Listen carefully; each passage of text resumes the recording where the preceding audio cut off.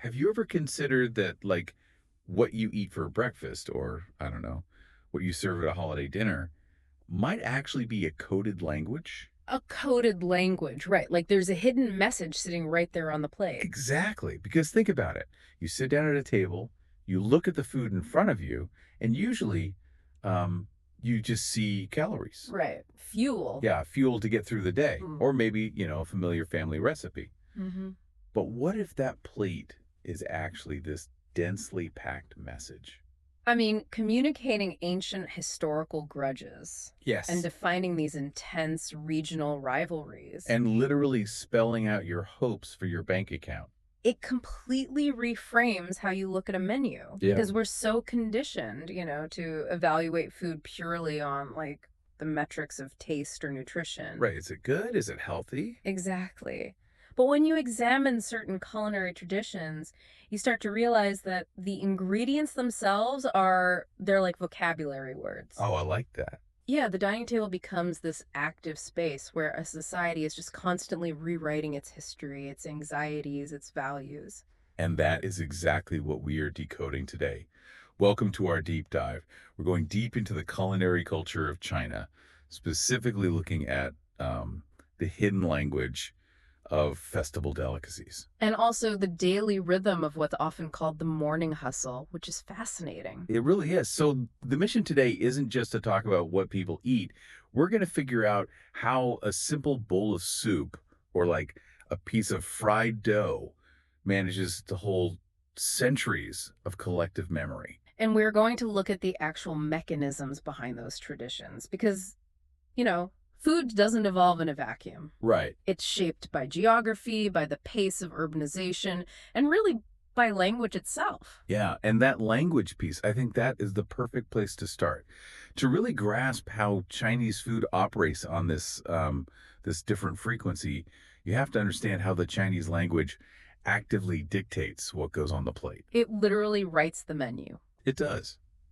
And there's nowhere this is more visible than during the Spring Festival's reunion dinner. Right, because the Lunar New Year is the absolute anchor of the calendar. Yeah. And that reunion dinner carries just immense cultural weight.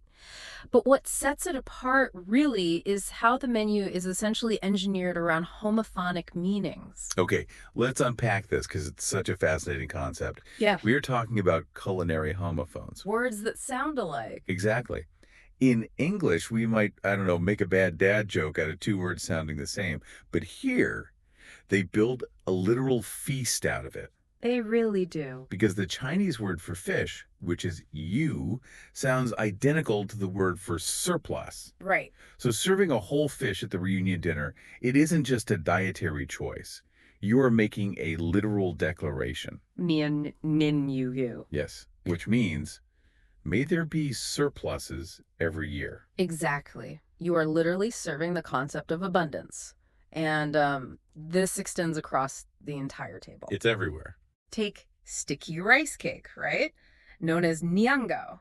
The phonetic sound of niango mirrors the phrase for year high. So by eating it, you are physically consuming the idea of career advancement. Yeah, you're basically eating a promotion. That is amazing. But I have to ask, is this just like retroactive storytelling? What do you mean? Like, did people just happen to like eating rice cakes and fish and then later decided to, attach these clever puns to them to make them feel more important? No, actually. And what's fascinating here is that the language and the agricultural reality they were developing simultaneously. Really? Yeah. If you look at the historical context, early agrarian societies faced immense unpredictability. Right. The weather, crops failing. Exactly. They were entirely at the mercy of droughts, floods, shifting systems. So, in a world defined by that kind of deep existential uncertainty, people look for ways to exert control. Right. You want to feel like you have a say in your survival. Exactly. So, by aligning the phonetic sounds of their language with the foods they harvested, they were creating this psychological buffer. Oh, well. Food becomes a tangible, physical manifestation of hope. It's a way to negotiate with fate. That makes a lot of sense. It transforms the meal from just, a simple celebration into an active ritual for survival. Absolutely. And it isn't strictly limited to how the words sound, is it? Because the physical shape of the food carries just as much weight. Oh, visual symbolism is a massive component. The classic example is the dumpling. Right. Traditional northern dumplings are specifically folded and shaped to resemble ancient silver ingots. Which were the currency back in historical China. Exactly. So a plate of dumplings is literally a plate of money. Precisely. Yeah. You're eating wealth. And then if you move to the Lantern Festival, the focus shifts to Tangyuan. Okay, what are those? These are sweet rice balls made of glutinous rice flour, and their perfectly round shape represents unity. Ah, like a circle. Right, togetherness and the completeness of the family circle. I love that. The idea of completeness is beautiful. But the funny thing about these symbols of unity is that they actually highlight massive divisions across the country. Oh, they definitely do. Yeah. The choice of whether you eat a dumpling or tangyuan to represent that completeness exposes this intense North versus South rivalry. It is one of the most distinct culinary fault lines in the world. Right. Because in northern China, eating those ingot-shaped dumplings at midnight during the Spring Festival, I mean, it's practically mandatory. You have to do it. Right. But in the South, many families completely skip the dumplings and opt for tangyuan instead. Which introduces us to the great culinary divide. And this battleground isn't just active during the New Year.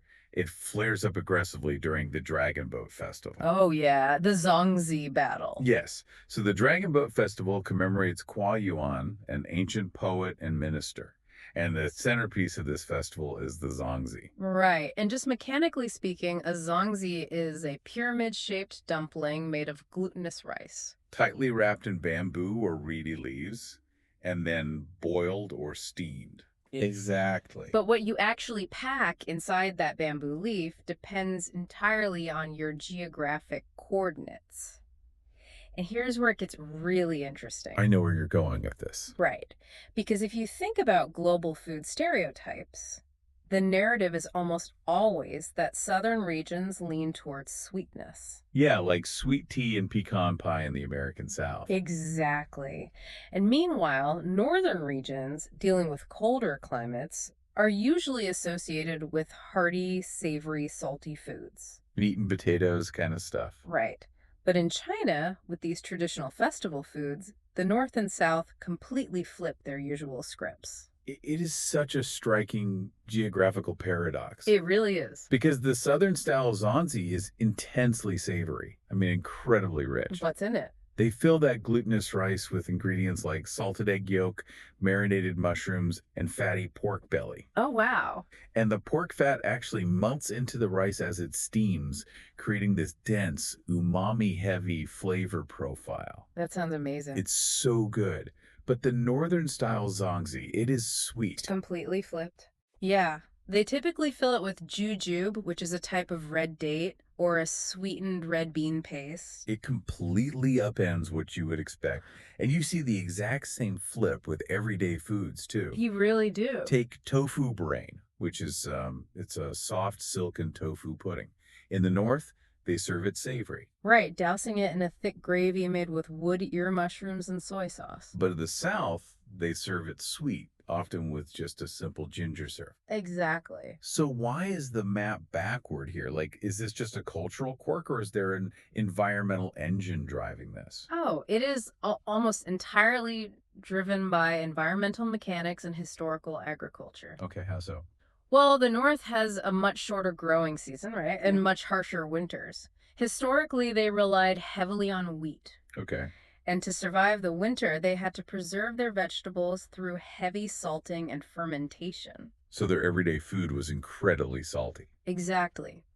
Because their daily diet was so dominated by salt and hearty grains, festival foods like the zongzi became an opportunity to feature rare, prized sweetness. Like the juju date. Right. It was a seasonal luxury. Ah, so the sweetness was a treat because the daily reality was so salty and preserved. Exactly. Now look at the South. Right. Totally different climate. Abundant heat, massive river systems, year-round growing seasons. Their staple is rice, which is essentially a neutral canvas. Okay. They had much easier access to diverse proteins, like pigs, and communal living around rice paddies allowed for more complex, fresh flavor building. So they didn't need to salt everything to survive the winter. Right. Because their baseline diet wasn't restricted by the harsh preservation methods of the North, they gravitated toward deep, rich, savory profiles for their festival foods. So the geography literally writes the recipe. It really does. But, you know, if geography dictates what is on the plate, time and pace seem to be dictating how it gets eaten. That's a great point. Because as you move away from these ancient agricultural realities into modern urban centers, you start to see these traditions morphing in real time. Oh, absolutely. The tension between ancient tradition and hypermodernity is really the defining characteristic of Chinese food culture right now. Yeah. And you can see this evolution clearly in the Mid-Autumn Festival treats. Mooncake. The famous mooncake. Right. And if you go the traditional route, you are eating the 5 kernels mooncake. Yes. Which is incredibly dense, packed with seeds and nuts, and wrapped in this thick, crumbly pastry. It is heavy. So heavy.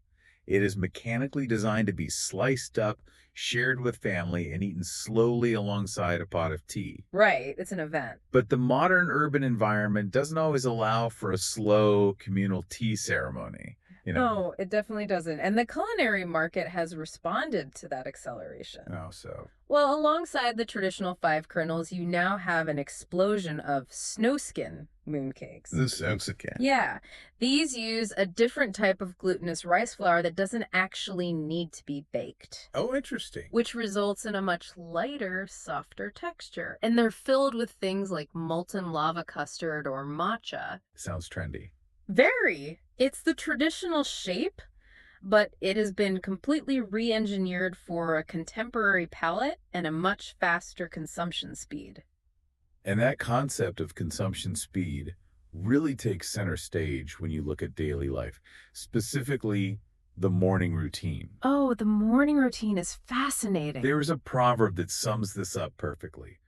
The plan for the whole year is made in spring, and the plan for the day is made in the morning. I love that. It reflects a cultural philosophy that absolutely refuses to treat breakfast as an afterthought. Right, it's not just a granola bar on the way out the door. No, it isn't just about grabbing empty calories. Breakfast is foundational to the rhythm of the day. But the form that foundation takes depends entirely on the velocity of the city you are standing in. Right, the morning hustle. Let's look at Wuhan, for example. Okay. Breakfast, there isn't just a quick bite. It is a full-blown cultural event called Guozhou, which translates to passing the morning. Right. And the signature dish there is hot dry noodles. Yes. Hot dry noodles are a fascinating study in culinary mechanics. How so?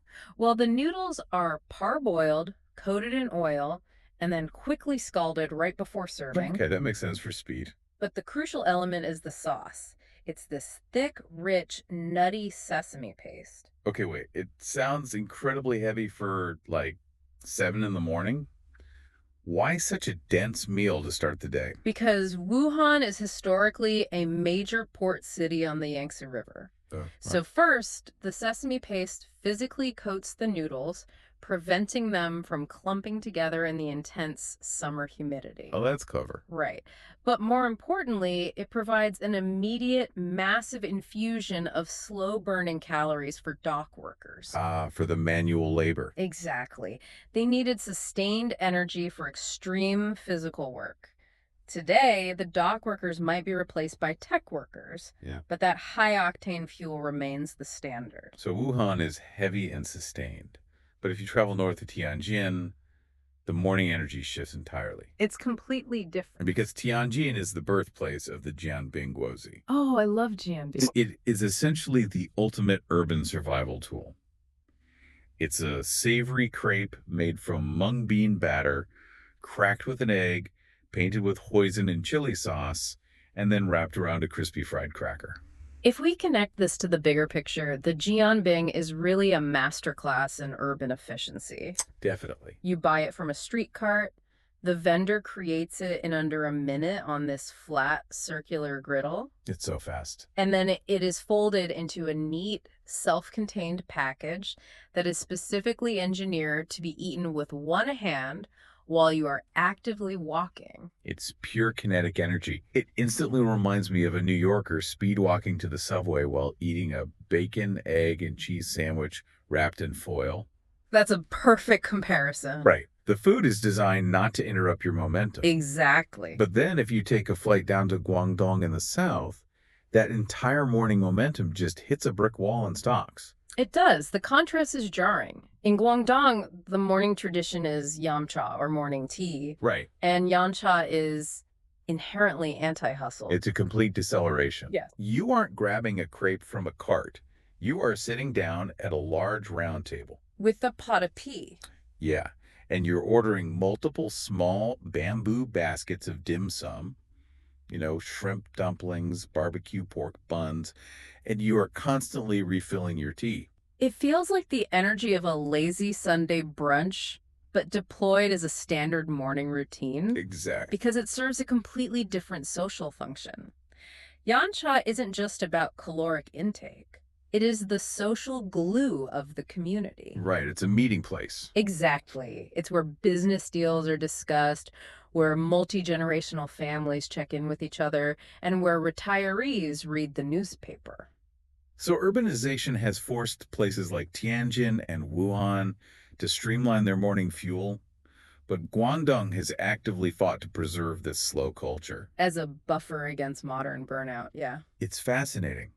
It shows that even as the country urbanizes at an unprecedented rate, they haven't homogenized into one single fast food culture. Not at all. But, here is the irony of that hyper-efficient morning commute in those faster cities. Let's make The very breakfast millions of people are rushing to eat contains a 900-year-old political grudge. Oh, yes. It is one of the most remarkable examples of history hiding in plain sight. It really is. And to understand it, we have to look at what's often considered the big four staples of the Chinese breakfast ecosystem. Right. If you are navigating a morning food market, you are going to encounter four foundational pillars. Okay, let's list them. You have fresh, warm soy milk. You have bamboo steamers stacked high with fluffy steamed buns. Classic. Then you have massive vats of congee, which is a rice porridge that acts as a blank canvas. Maybe you get it savory with pork and preserved egg, or you get it plain and eat it with fermented mustard greens. Right. And then finally, you have deep-fried dough sticks, known as yuqiao. Yutuo is ubiquitous. I mean, it provides the textural crunch that balances out the liquid of the soy milk or the softness of the congee. Oh, perfect. You tear it apart, you dip it into the warm soy milk so it absorbs the liquid but stays crispy on the outside. It's so good. It is simple, brilliant engineering. But like you said, the name carries a much darker legacy. Yeah. The English translation immediately tips you off that this isn't just a pastry. Right. Sometimes you see it translated politely as Chinese crullers, but the more direct, intense translation is fried dough devils. That's intense. Right. You don't get a name like fried dough devils just because the dough is crispy. You certainly don't.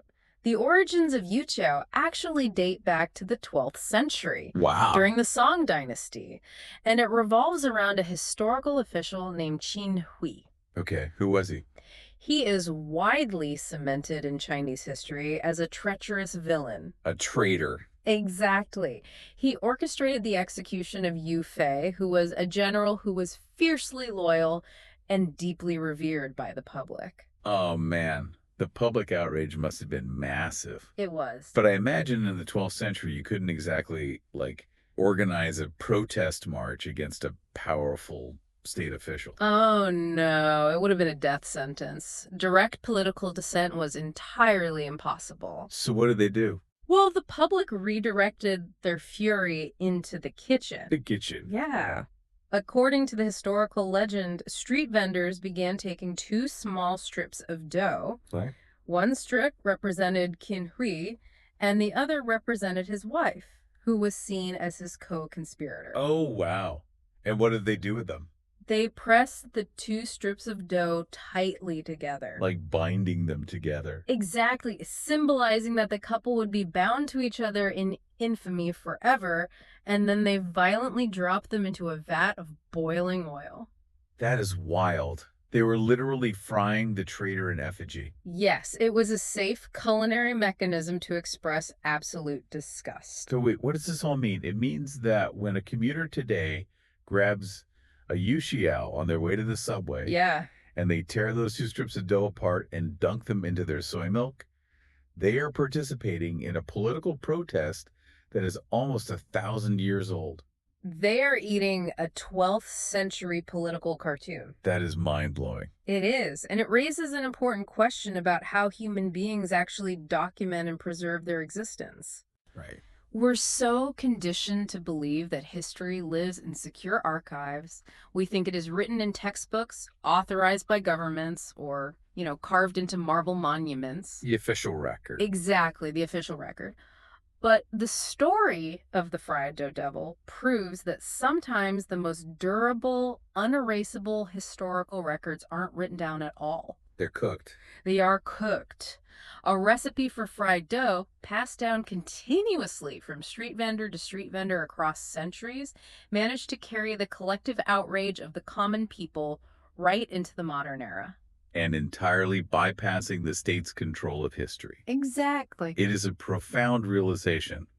Food isn't just fuel. It's a backup hard drive for human culture. I love that phrasing. It really is. Well, we have covered incredible ground today. We really have. We started by looking at how the reunion dinner utilizes phonetic puns to turn fish and rice cakes into an edible language of hope. Right. We mapped out the deep agricultural realities that fuel the fierce North versus South rivalry over sweet and savory flavors. And we examine how the velocity of modern life has reshaped traditions, Right. creating ultra-efficient urban food like the Jianbing, while places like Guangdong fight to preserve the slow deceleration of morning tea. And finally, we uncovered a millennia-old grudge against a traitor, hiding perfectly disguised inside an everyday breakfast staple. It truly reinforces the idea that you are never just eating a meal. Yeah. You are consuming the geography, the language, and the history of the people who created it. The dining table is the ultimate anthropological site, It really is. which leaves you with one final, slightly mind-bending thought to mull over as you go about your day. Okay, what is it? Let's flip the lens and look at our own modern, hyper-convenient food culture. Okay. Imagine historians 1,000 years from now excavating the ruins of our society. If they were to dig up our drive-through menus, our delivery apps, or our coffee shop receipts, what would they conclude? What would the symbols and homophones of a mass-produced double cheeseburger or a venti iced latte tell them about what our society truly values, fears, and hopes for today? Wow. That is a complex puzzle to leave them with. Right. It might reveal more about our anxieties regarding time than we would like to admit. Definitely something to chew on the next time you are sitting in a drive-through line. Thanks for joining us on this deep dive. We'll catch you on the next one.